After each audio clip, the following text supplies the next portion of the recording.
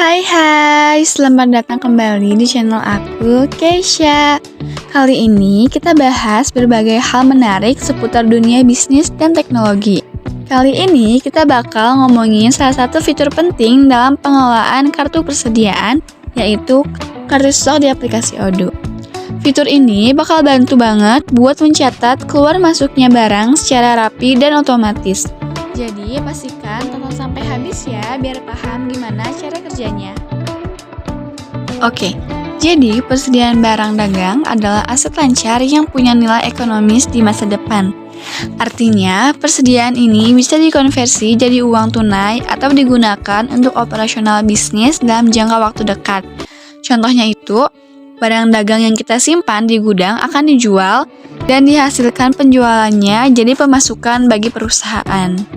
Dalam pengelolaan persediaan, kita butuh metode untuk menentukan nilai persediaan. Nah, ada 3 metode utama. Yang pertama itu first in, first out atau yang biasa disebut FIFO.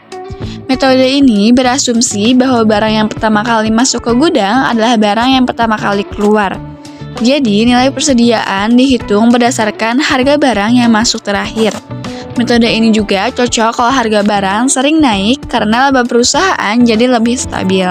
Lalu yang kedua ada last in, first out atau yang biasa disebut LIFO. Sebaliknya, metode LIFO ini menganggap bahwa barang yang terakhir masuk adalah barang yang pertama keluar. Nilai persediaan dihitung dari barang yang masuk pertama.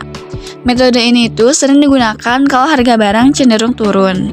Lalu yang ketiga itu ada weighted average cost. Atau yang biasa disebut WACC.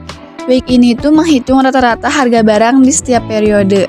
Jadi, nilai persediaan harga barang pokok penjualan berdasarkan harga rata-rata dari semua barang yang ada. Metode itu cocok banget kalau harga barang sering berubah-ubah. Nah, sekarang kita akan menjelaskan bagaimana cara mengelola kartu stok di Odoo Accounting. Sebenarnya, pengelolaan kartu stok ini tidak hanya melibatkan fitur Odoo Accounting saja, tetapi juga memanfaatkan fitur lainnya seperti sales, purchase, dan inventory. Semua fitur ini itu saling terintegrasi sehingga mempermudah proses manajemen stok, pembelian, dan penjualan di perusahaan. Sebagai contoh, ketika perusahaan akan melakukan pembelian barang, langkah pertama yang dilakukan adalah membuat purchase order.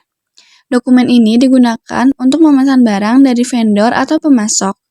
Setelah purchase order dibuat, barang yang dipesan akan otomatis tercatat di sistem melalui fitur inventory.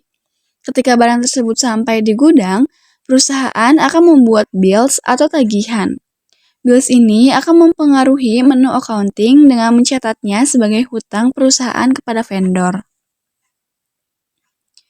Hal yang berlaku untuk penjualan, jika ada pelanggan yang ingin membeli barang, perusahaan akan mengeluarkan sales order.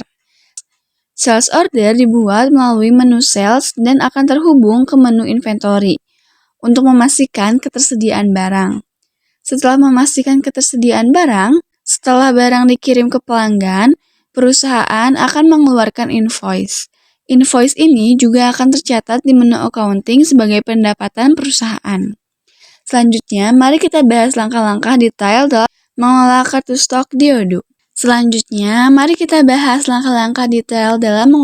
stok di Odoo.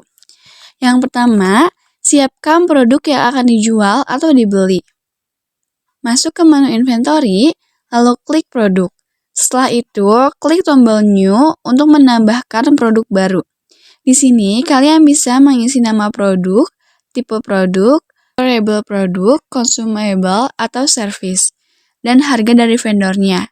Jangan lupa untuk menyimpan data tersebut dengan mengklik save. Lalu yang kedua itu, masukkan kuantitas produk dengan melakukan pembelian.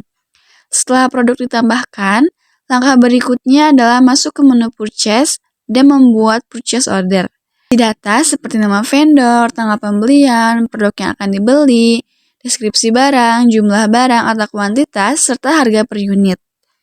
Setelah semua terisi, klik save. Nantinya, perusahaan akan memvalidasi apakah barang tersebut sudah diterima atau belum. Jika sudah diterima, kalian bisa membuat bills atau tagihan yang secara otomatis akan terhubung ke menu accounting. Lalu yang ketiga itu proses penjualan. Untuk penjualan, Masuk ke menu sales, lalu buat sales order. Caranya hampir sama dengan proses pembelian. Isi detail seperti nama pelanggan, produk yang dijual, kuantitas, dan harga per unit. Setelah data terisi, klik save. Barang yang dijual akan otomatis tercatat di inventory. Setelah barang diterima oleh pelanggan, perusahaan akan membuat invoice yang juga akan terhubung ke menu accounting. Dengan langkah-langkah tersebut, pengelolaan kartu stok di Odoo menjadi lebih mudah dan efisien.